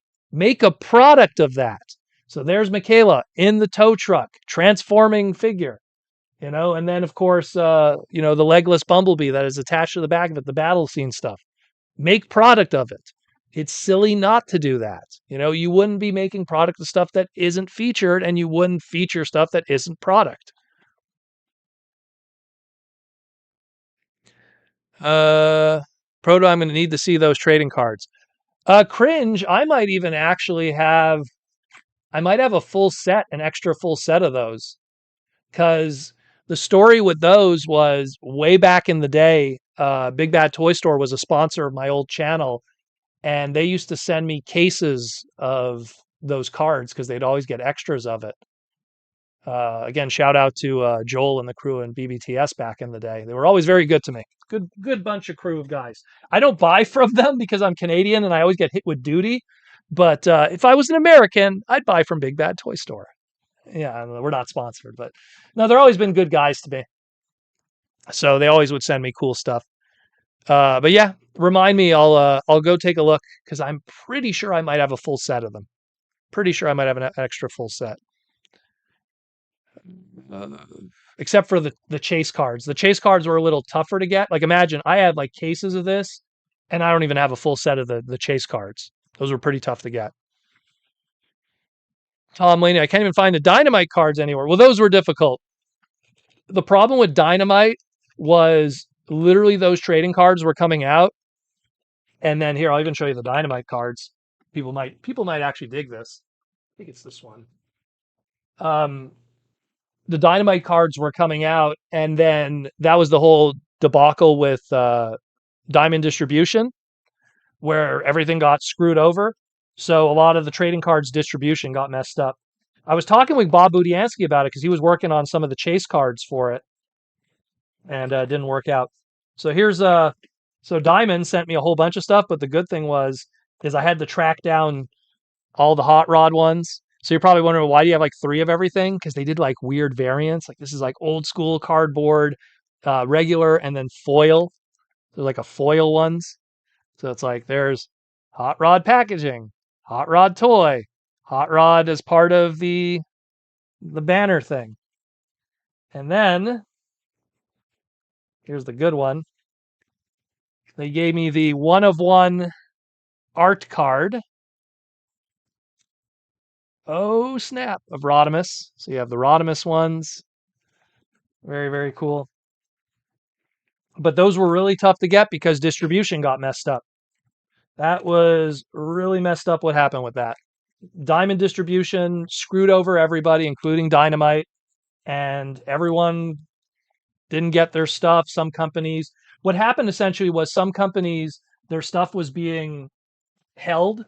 And the problem was is that because they were going bankrupt, those companies also were owed money by Diamond. And because they were going bankrupt, only the bigger companies got their money first. Some of those companies never got the money and they lost money. And it was a mess. It was a mess. There's articles that would explain it way better than I do.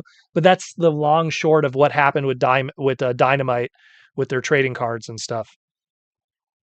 So, not the chase cards. There are minor. They're mine. Oh, I read mine. Minor. There's the Dark of the Moon trade the chase cards. They were like I think one out of every 8 packs or something. And I have some extras of the trading card of the chases. I have to find those too. I think those are somewhere separately, but it's a mess. Gotta ask, did you get Bob to sign your Transformer comics? Yes, I did. I actually have it nearby. I got Bob to sign uh, a lot of. Oh no, I put it back already. Excuse me. Silly me. I think I have my autograph thing here. I got Bob to sign my transform. I got a lot of books to get. I got a lot of Bob's autographs on stuff, but I got him to sign Transformers the movie #1, obviously the Marvel version. Universe #1, Headmasters #1, which he wrote, which is technically the first appearance of Hot Rod, and of course Transformers #1. And then when they got Ralph at TFCon in Chicago, I got that signed too. I always, I'm big on autographs. I always try to track down stuff here and there. I have like a wall of autographs. Like you guys will never be able to see it because it's too far away. It's the staircase leading out of this room. Like the staircase going up is just one side is all G1 and one side is an almost near complete cast of Beast Wars people of autographs. And then I have a huge stack of like Energon and Japanese people, and I have a whole bunch of miscellaneous autographs that are just like in a book right now. Um, I'm big on autographs. I like them. I feel that it's personal. I like it. I like it being personalized. Like I'm not want someone that's like, oh, just put your name and that's it. Like I like a nice personalized autograph and really fun. Is there a brainstorm card in the Dynamite set? No, unfortunately. So the Dynamite set was 84, 85, and select 1986 characters. If that set would be successful, they would then continue with 87, 88. And then there was a talk of if that is successful, then G2 and Beast Wars. Again, I don't know how successful it was on like the Kickstarter that they did was successful, but the retail launch, I don't know how successful that was because again, what happened with Diamond distribution and the ability to put out product. Again, some comic book companies are still looking for a distributor. Like look, these guys right here, like there's the distribution tag that's used for companies. Like if it wasn't for Lunar's the people that handle like the DC distribution. If it wasn't for them, even Udon would be in a problem. Going, oh my god, how do we distribute our stuff? Always have it signed to eBay. Well, like the reality with autographs. There was a guy that I knew way back in the day when I was in high school. This is how far back this goes. He was kind of my go-to. This is like before eBay. Okay, this was like I want to say like 96, 97. Before eBay was a thing, and it was so much easier to just find, G1 product, an old Transformer product. He was kind of like my go-to to get stuff because he was like a picker. He would go to all these little stores and he would find stuff. Today today forget about it and you'll never find anything today. But back then people weren't really thinking like that, especially in 96, 97. So every so often he'd like call my dad or call me because he would also look for stuff for my pop, who's a toy collector. And he'd be like, oh, hey, I found this nice piece. That's what he would always say. I found this nice piece. And he'd show up with like a Minton box G1 Jetfire, and he doesn't know. He doesn't know. He just knows it's a big piece. So, we give him $50. Go on your way. you know, he's happy because he probably paid $2 for it. And he was my go-to, but the reason why I bring him up was he was really into autographs. He was really into autographs. And his autograph collection, I got to go to his house once, was insane. Like he had Saddam Hussein's autograph. He collected like all these like different autographs of different people. He would get like old stuff. And he told me, he said, the biggest secret with autographs is when the person is dead. When they're alive, okay, there's some kind of value a little bit. But he says when they're dead, that's when it's money. And the example that he gave to me was when the crocodile hunter passed away. And this was years later, and the crocodile hunter passed away. And Steve Irwin, and then all of a sudden his autograph went from like no one cared, right? Like, oh, Steve Irwin, whatever, yeah, $20, sure. All of a sudden it's like $170, $180 because Steve Irwin didn't sign a lot of autographs, and when he did, no one cared. Now he passes away. Oh my God. So that's where the real value is in autographs. And like all these crazy guys that show up with like, Mr. Judd Nelson, could you sign my Funko Pop even though I bought a plane ticket to sneak into the shuttle of the plane so I could bug you when you're trying to board on the plane back? You know? So like, the autographs are usually worth more when the person is no longer with us because it's almost like the factory is closed, so to speak. Yeah. Another good example is Akira Toriyama, the creator of Dragon Ball. His autograph before $200, $300 at best to get his autograph. Once he passed away, thousands of dollars now to get his autograph on anything. Thousands of dollars now. It's crazy, but it makes sense. You become a legend. So get those autographs from Aaron now because he might not be. I'm just joking. Aaron might be like, see you guys. Now it's worth tons of money. All his Posca paintings. T-Formers 2002. Speaking of autographs, met Peter Cullen yesterday for the photo op, but his autograph line was constantly packed. Hope to maybe get it tomorrow. You know what? If you haven't gotten Peter's autograph, try to get it as best you can. I'll speak from personal experience as a guy. I think I've said this before on the podcast, but I'll say it again if someone's new here. I'm big into wrestling. Wrestlers don't live long. They don't live long. The average wrestler passes away at 60, 65 years old. And there's been so many times where a wrestler will be at a convention I'm at, and I'm like, you know what? I'll get his autograph, but I'll get it next time, or I'll be like, oh, I'll get it later, and then they leave on the Sunday, so I miss the opportunity, and then he passes away, and that's happened to me way too often, and I regret it. I regret it immensely. So I'm in this kind of mentality now.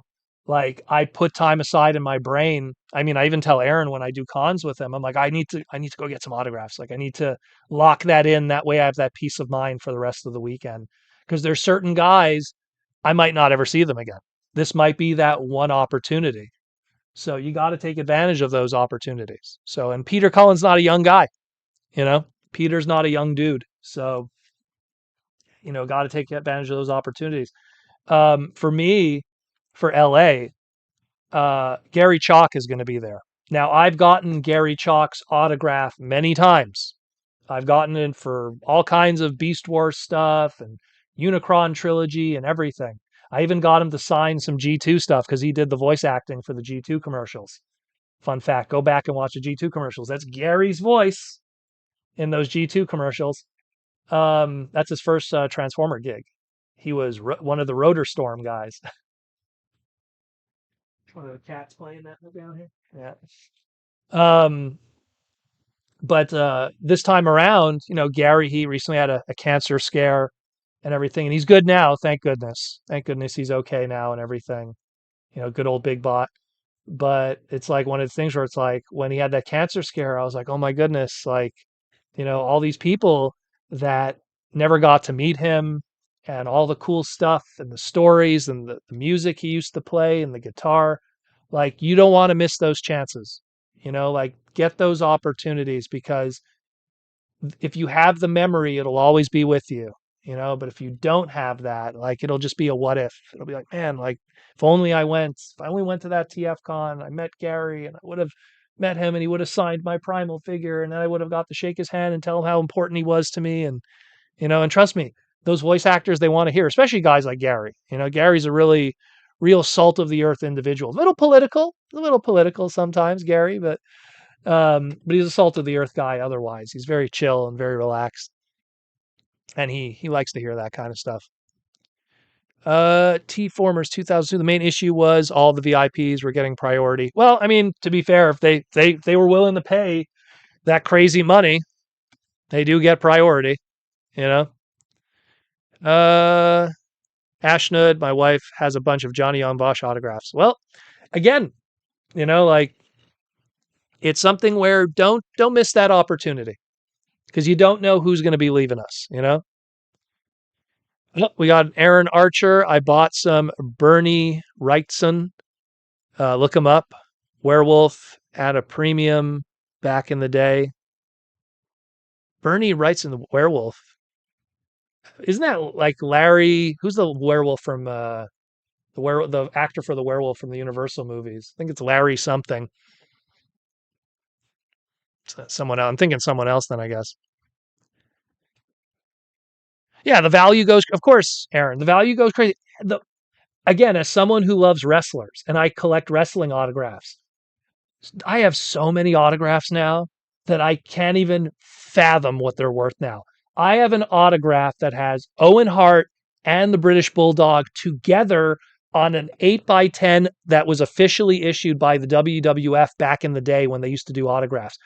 God knows what that autograph is worth today. Those two guys have been dead for over 25 years and they're both Hall of Famers, so it's like, who knows what that's worth today, you know?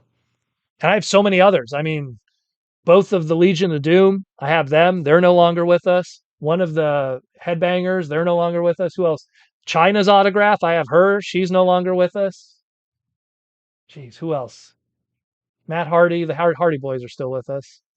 I have so many. Bret Hart, obviously, a bunch of them. Kevin Nash, a bunch of them. Larry Tolbert, that's right. Larry Tolbert was the Wolfman.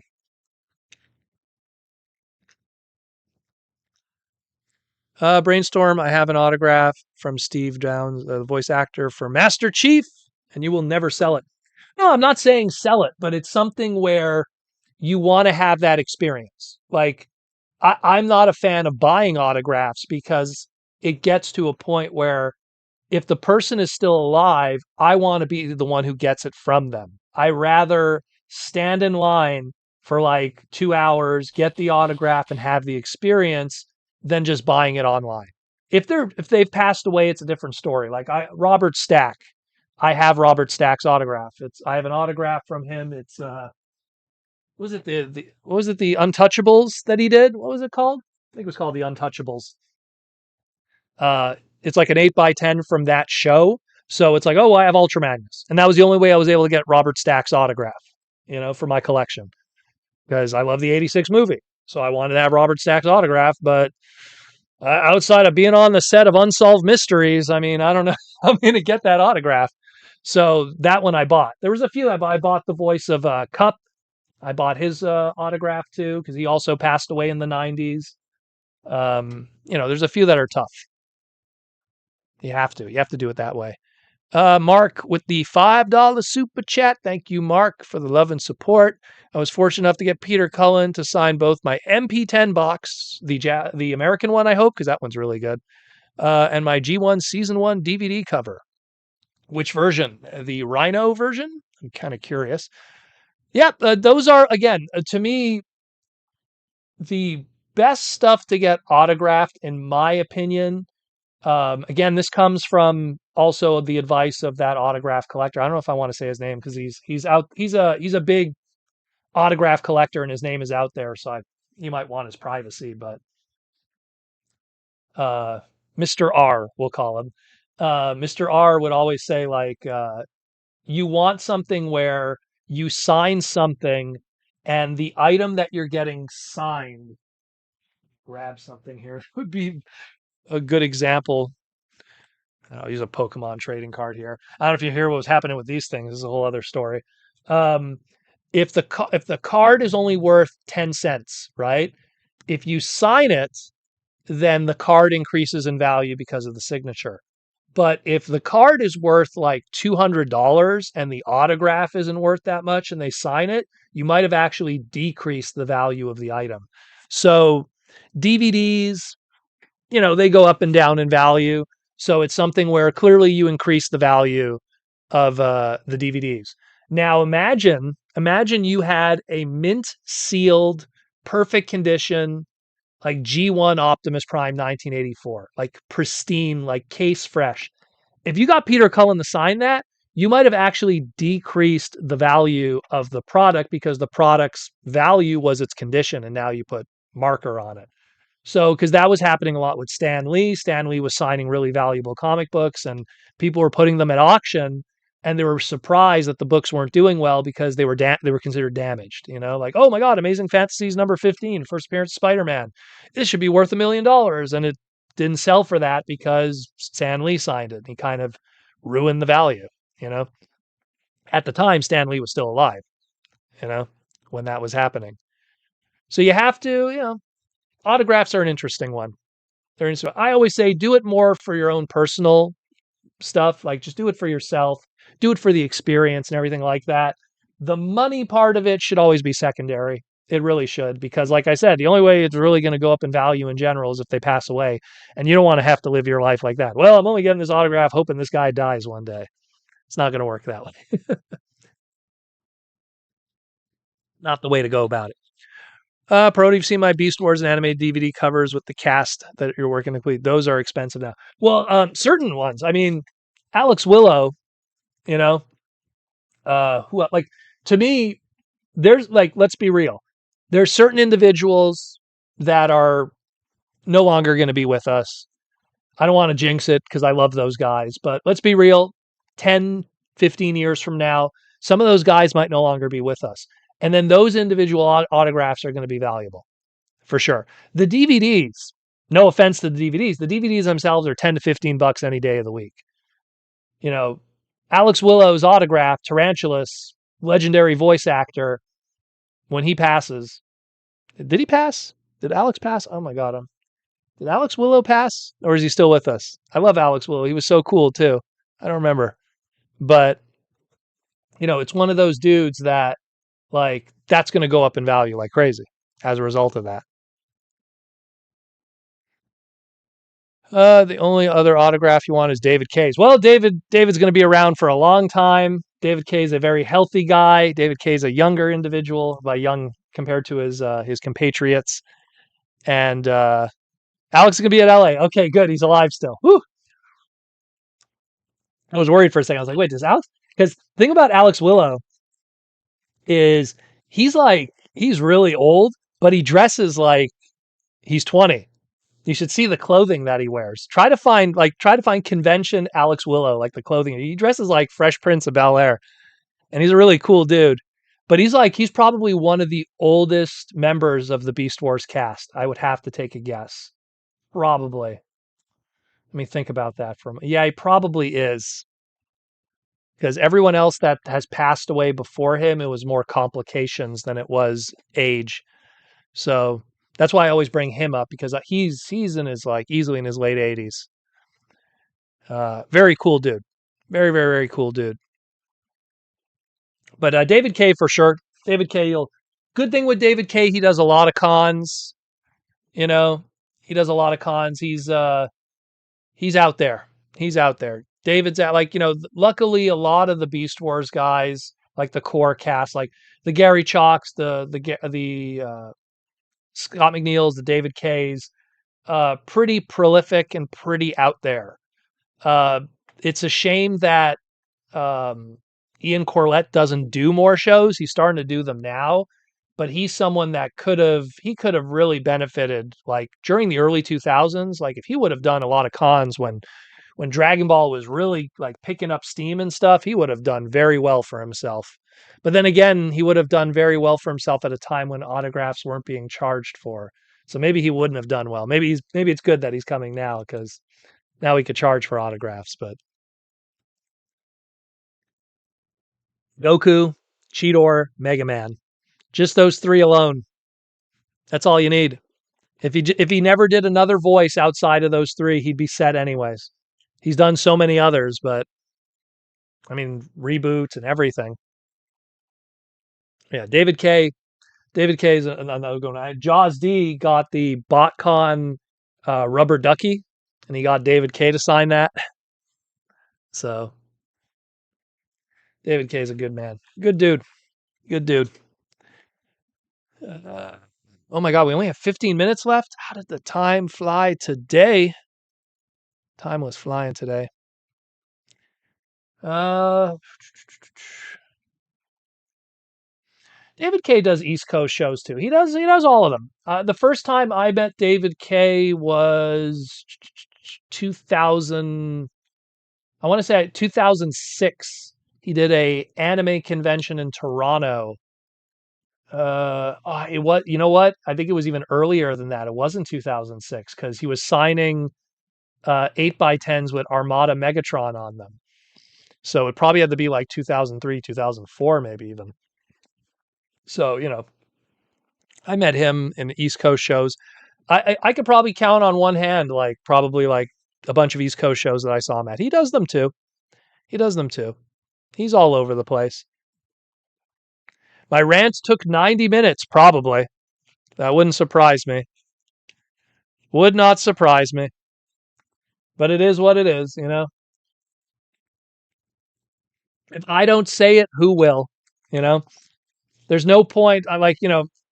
It's hard to articulate how you feel in Twitter. Twitter, people are gonna be like, man, that was trash, and they put an animated GIF meme. Like that doesn't articulate it properly. And I like to feel like I have at least a little bit of knowledge of the industry to kind of give my 2 cents that could have some kind of weight. So yeah, yeah, yeah. But that's the end of that. A lot of trading card stuff. We got a $5 super chat from the Bat Discipline. Are you Batman? Are you Batman? Loving the comic book accurate figures. I hope we get Marvel Comics Ironhide. Funny, we spoke about this years ago on the chat. Well, look, I mean, Hasbro sooner or later has to revisit those other designs because I've used this term on the podcast before, and I call it an apex character, which is you reach a point when you're making these toys that it's like, where do you go from here? Like, get an example. This is an apex figure. Like, how much better can you make? Man, that thing's never going to go back down. How much better can you make Hot Shot outside of going into the masterpiece territory? Like, it's about as good as it's going to get here. You know, that's about as good as it's going to get. So when you reach an apex figure, you have to start looking at other designs of those characters to be able to do something. And it then goes into trademarks where it's like, well, you got to do something with that trademark. Now, Ironhide, because Ironhide is used across multitudes of different iterations, it might take a while before you get to stuff like that, like a comic book design, but it will come sooner or later because once you perfect a Voyager class Studio Series Ironhide, where do you go from there? There's not much you could really do. Are we going to retread back to a deluxe again and kind of make a smaller version? But the way that deluxes are shrinking and shrinking and shrinking because of costs, we kind of already got that with the core class, which is scary what a deluxe might be in 5 years, you know? So it's something where it's bound to happen. It's bound to happen sooner or later. That's why, again, like I'm looking at our Bruticus that we're going to be getting, and I'm just going like, do I just wait? Like I'm going to be here for the long run. I ain't quitting this hobby. I'm going to be, I've been here. I've been in the Transformer community for almost, when did I first start? Actually, it's next year is going to be, next year is going to be 30 years for me being in the Transformer web community next year. I have to pinpoint. I have to look when my first post was on ATT. I could probably track that down. But, you know, I've been in the web community of Transformers for 30 years, and I've seen how there's certain figures that come and go and they get better and better. And since I know that I'm going to be here for another 30 years for sure, there's no way, like I'll be here when I'm 70. No joke. There'll be a masterpiece Bruticus. They'll go into the high end. They'll know that, like, we're the old man unks in the fandom that are buying the masterpieces, So I'll be the guy who picks that up. I'll get that perfect Bruticus then. And that'll be that. So, and you'll get your Marvel Comics Ironhide, and you'll get your red helmet Ratchet, and all of those, and deluxe class Scorponok, because he has to be in scale with Optimus Prime. Yeah, late end of the book. So it happens. Brainstorm. That's the reason why I quit Twitter. Well, I mean, I've said forever, like, Twitter's a tool.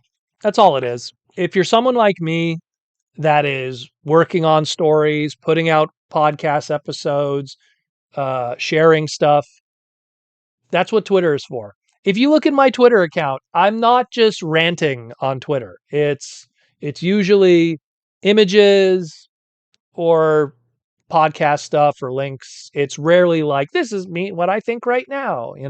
The only time I ever like actively post on Twitter, like outside of that formula, is when I'm on vacation. Then like, oh, hey, maybe people might want to see images of this. Like I'll post photos of something. Me and Aaron's table are set up. Check that out. Or, hey, check this out, But rarely do I use Twitter outside. It's a tool. It's a tool that's used for communication. There's obviously people who are terminally online on Twitter. Like they'll criticize people like crazy, and it'll be like, I almost want to go like, bro, like, dude, you've been just like posting nonstop for like 8 hours straight. Like, go to bed, like it's crazy. But Twitter's a tool. Post and ghost. That's what it always is. Post and ghost. I finish my podcast segments. Usually they get uploaded and out there around 7, 8 p.m. And then I go on with my life, family, food, relax. I'll worry about the comments and if I screwed up or anything tomorrow. It's not a big deal. And if I screw up, okay, I screw up. And then that segment's in the ether and then we move on to something else, post and ghost. It's not a big deal. I try to do my best to inform, put the product out there. And then, yeah, that is that. But thank you, the Bat Discipline, for the super chat. Thank you. James, at some point, the price versus what you get will be too expensive for some people. Well, that's already me. That's already me, James. I can afford to buy this stuff. I just choose not to because it's my own personal protest of some of the prices of these things. I don't like it, the irony is I'll be like I ain't paying 34. Keep in mind this is Canadian, so we'll do the. But I'm not paying 24, or excuse me, now in this 27.99 for a deluxe. I'm not paying that. But then I'll turn around and pay $30 or $50 on a comic book. But that comic book might be, in my opinion, worth its value. Like I know.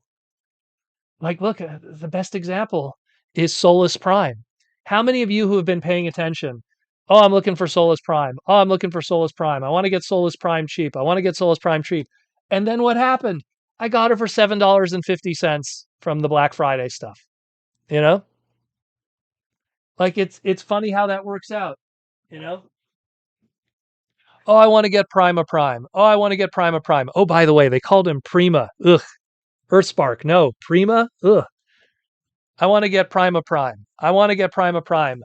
And then went to TFCon, Prima Prime, $40 Canadian. So in USD, that's 31 American. Okay. I'll pay that because you know what a Voyager is in Canada? It's like $50, you know?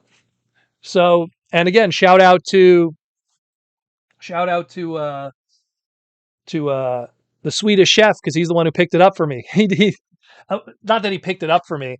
What happened is he wanted to donate money to me, and I told him instead, "How about we go buy something?" So he bought it for me. So that's the better example because I feel bad. I don't like just taking money. So it's like, yeah, I'll give you the credit of getting Prima Prime, who literally, no joke, Swedish stuff, sits on top of my tower next to I call it the Aaron Archer. Let me get the Aaron Archer Prima Prime. That one, which is technically a repaint of the Protoform Optimus, but I keep both the Prima Primes on my tower over here. And then Kami fell. No. There we go. There we go. But yeah, I'm very frugal. I'm very frugal, but it's how it works, man. That's how it works. It's how it works. I'm very frugal with that. Like it's something where I don't no T-formers, I don't need the Solus for the Black Friday. I was lucky they actually had here. It worked out in the end and people hooked me up too. Shout out to Mikey and Louie. They covered my butt in other areas. So it all worked out in the end because luckily some of it went online, for people who know that. But yeah, Tom Laney, I still think with the prices rising, we need better quality, and I feel a lot of figures are being designed lazy to save money. It's not that it's being designed lazy to save money; it's that they are purposely being engineered in a way that is cost effective for them. They need to be able to it's all you have to do is be someone like me that's been buying consistently for 30 years and seeing how the product has changed. Um, I mean, I think there was no greater example than when they did the Beast Wars reissues. When they did the Beast Wars reissues, they had to think of any possible way to reduce the cost of that product And the one that was the most hilarious was the card backs. Like any of those Beast Wars reissues, those card backs feel like it's a piece of paper. It is crazy.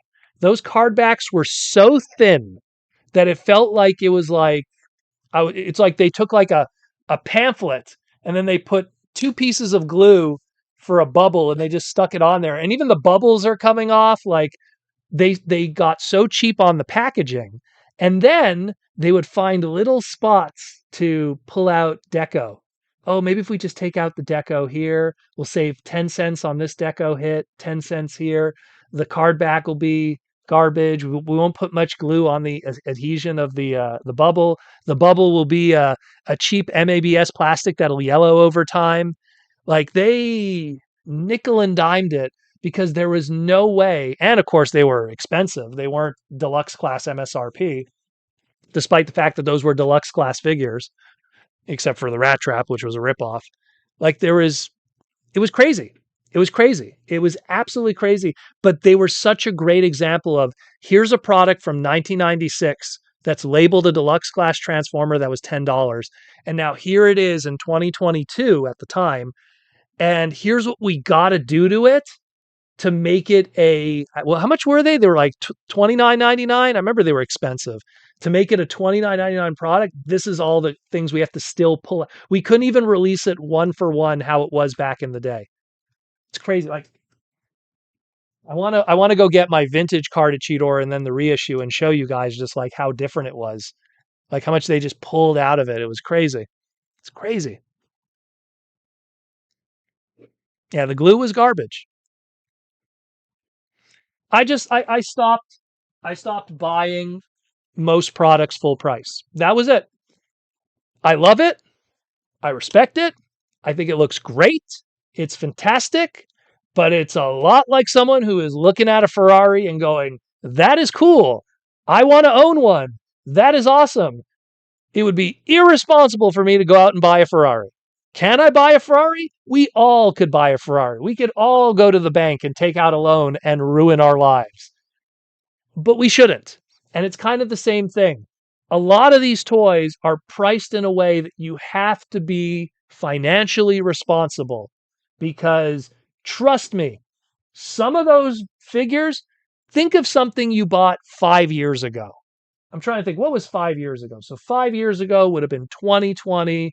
So think of some Earthrise toys that you bought. Think of, you bought, you bought, God, let me think of a stupid Voyager. Give me a sec here. Hold on. Let me think. Okay, let me give an example.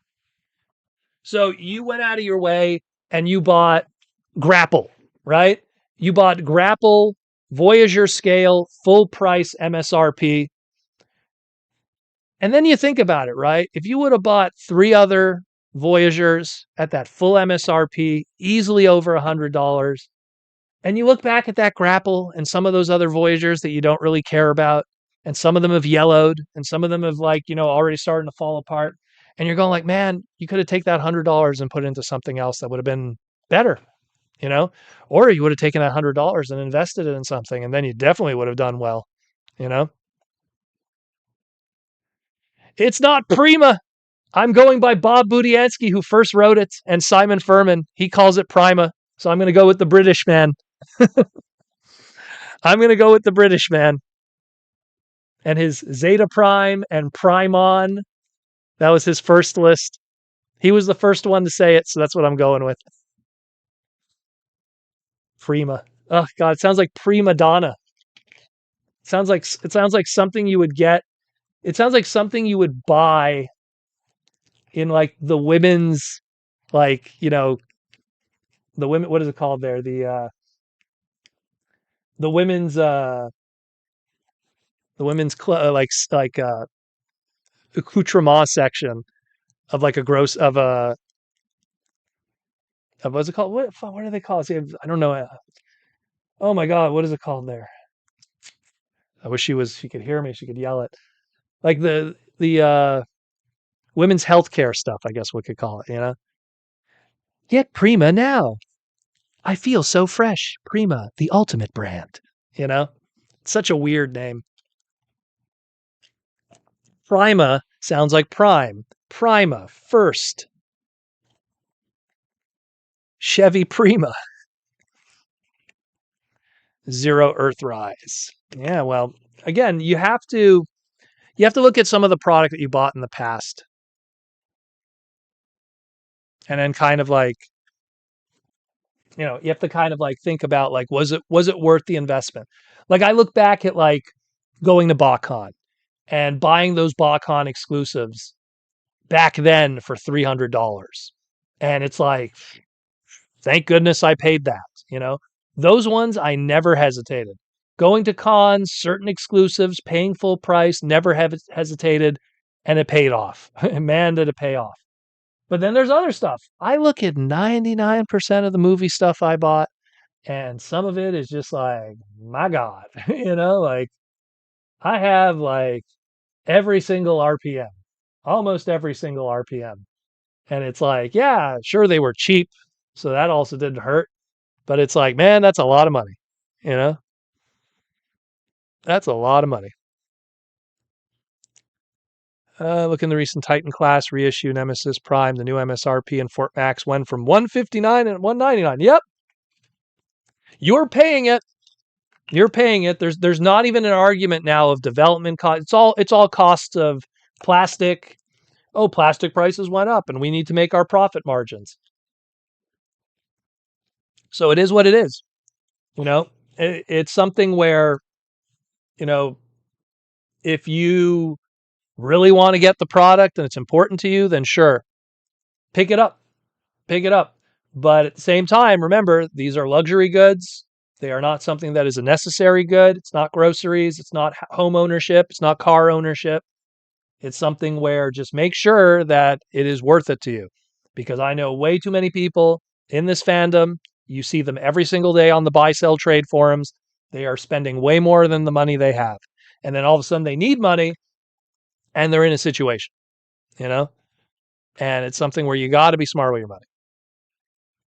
Way too smart.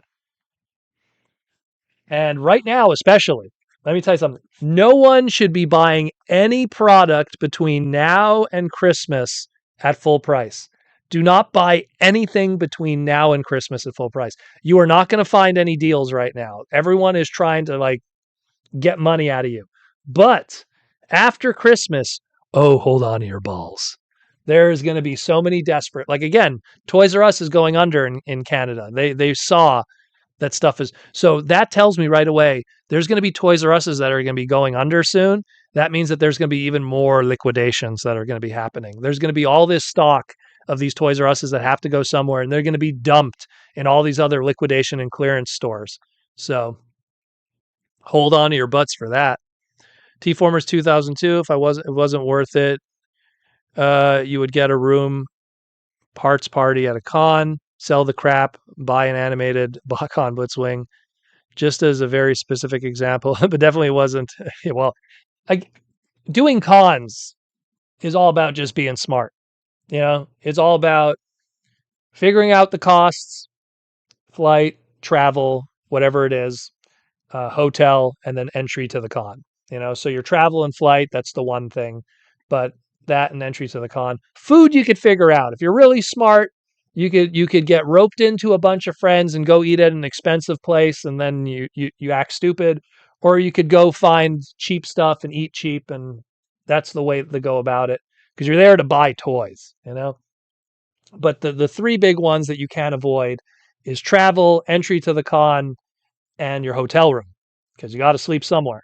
Can't just you can't just sleep in the lobby all weekend. As much as some people I wouldn't be surprised would try. So it's something where that's where find a bunch of people and share a room. Try to get your flights as early as possible. Try to drive down if you can, whatever is the cheapest option. And then obviously entry to the con is not a variable. But then there's the little secret hacks of also to get around that stuff, which I'm not going to get too deep into. But there's other ways too to save money with cons and make money with cons and make it all worth your while, like I always say. Eat Del Taco all weekend at LA. It's right across the street. Yeah, man. Yeah, man. Well, me and Cringe McCringle, we went for cheap Chinese. Although he got the Japanese, which actually looked nicer. He got the nicer bento box, but was it was it Japanese? Either way, it was much better than what I got. But eat the cheap food. Eat the cheap food. It's just the weekend. You know what I mean? That's why I'm always grateful. I just want to say this. You guys who bring me the paydays, me and Aaron Archer, we're very grateful for those paydays that you guys bring because that fuels us. We are not able to leave the table. We are stuck at the table for 8 hours. Payday is sugar and peanuts and protein and glucose and all kinds of stuff and garbage, but it powers us through. So all you guys who bring us paydays, thank you for that. It makes all the difference. Sarah, how you doing?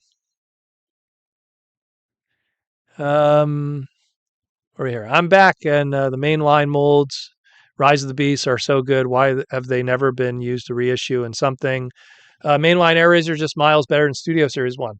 Maybe one day they're just waiting for the opportunity. Maybe they didn't sell well, so they don't see it. Like if it didn't sell as a movie product, what could you paint it as that would be appealing to be done the second time around? Maybe that's the logic, and I kind of agree with that.